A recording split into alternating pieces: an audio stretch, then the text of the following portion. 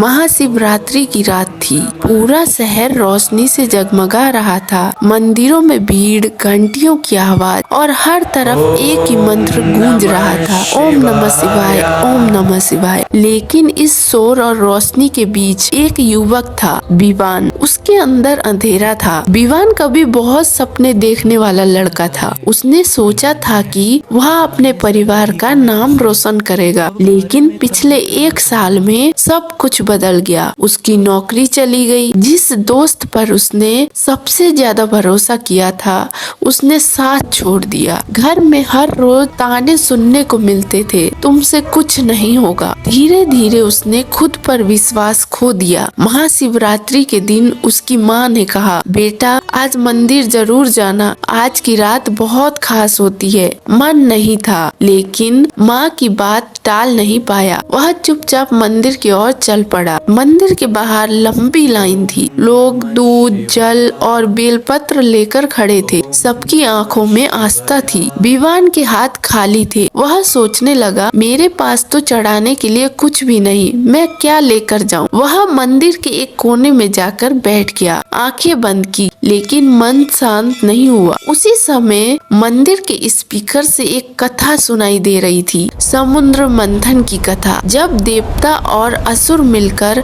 समुद्र मंथन कर रहे थे, तब सबसे पहले निकला था भयंकर विष, इतना खतरनाक कि पूरी सृष्टि नष्ट हो सकती थी। कोई आगे नहीं आया, सब डर गए। तब भगवान शिव आगे आए। उन्होंने वह विष अपने गले में धारण कर लिया। न उसे निगला न उगला, बस गले में रोक लिया और तभी से वो कहलाए नीलकंठ। विवान ध्यान से सुन रहा था। कथा में एक पंक्ति आई, शिव हमें सिखाते हैं कि जिंदगी का जहर बाहर फैलने मत दो, उसे धैर्य और संयम से संभालो। ये शब्द सीधे उसके दिल में उतर गए। वह सोचने लगा, मेरी जिंदगी में जो परेशानियां आई, क्या वो भी वही विष नहीं है। नौकरी जाना, लोगों के ताने, दोस्त का धोखा, ये सब उसका जहर था। लेकिन उसने क्या किया, उसने हर बात को दिल में उतार लिया, हर ताने को सच मान लिया, हर असफलता को अपनी पहचान बना ली। उसे एहसास हुआ,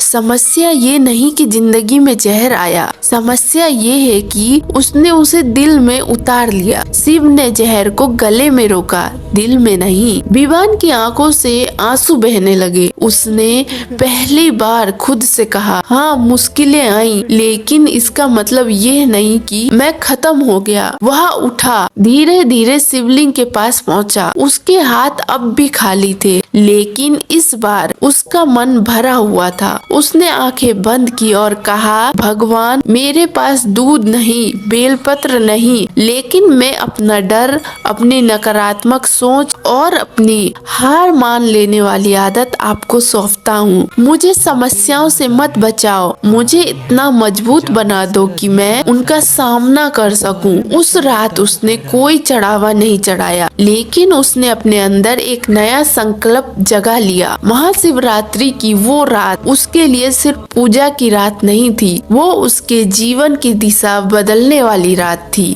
अगले दिन से उसने छोटे छोटे कदम उठाने शुरू किए, नई स्किल सीखना शुरू किया। हर सुबह खुद से एक वादा करता, मैं अपनी असफलता नहीं हूँ। धीरे धीरे चीजें बदलने लगी। 3 महीने बाद उसे एक छोटी कंपनी में नौकरी मिली। पहले जितनी बड़ी नहीं थी, लेकिन इस बार उसके अंदर आत्मविश्वास बढ़ा था। 6 महीने बाद उसने अपने घर का माहौल बदल दिया। अब वो शिकायत नहीं करता था, वो समाधान ढूंढता था। उसे समझ आ गया था, महाशिवरात्रि सिर्फ उपवास और जागरण का नाम नहीं है, ये अपने अंदर के अंधेरे को पहचानने और उसे जीतने का नाम है। हम सबकी जिंदगी में विष आता है। किसी के लिए वो असफलता है, किसी के लिए धोखा, किसी के लिए बीमारी, किसी के लिए आर्थिक तंगी। लेकिन याद रखिए, विष का आना आपके बस में नहीं, उसे कैसे संभालना है ये आपके बस में है। अगर आप उसे दिल में उतार लेंगे तो वो आपको तोड़ देगा, लेकिन अगर आप उसे धैर्य, संयम और विश्वास से संभालोगे तो वही विष आपकी पहचान बन जाएगा। महाशिवरात्रि हमें यही सिखाती है, अपने अंदर के शिव को जगाओ, शांत रहो, मजबूत बनो। दुनिया चाहे कुछ भी कहे, अपने मूल्य को पहचानो, क्योंकि अंधेरा चाहे कितना भी गहरा क्यों ना हो, एक दीपक उसे खत्म करने के लिए काफी होता है और वो दीपक आपके अंदर है। हर हर महादेव।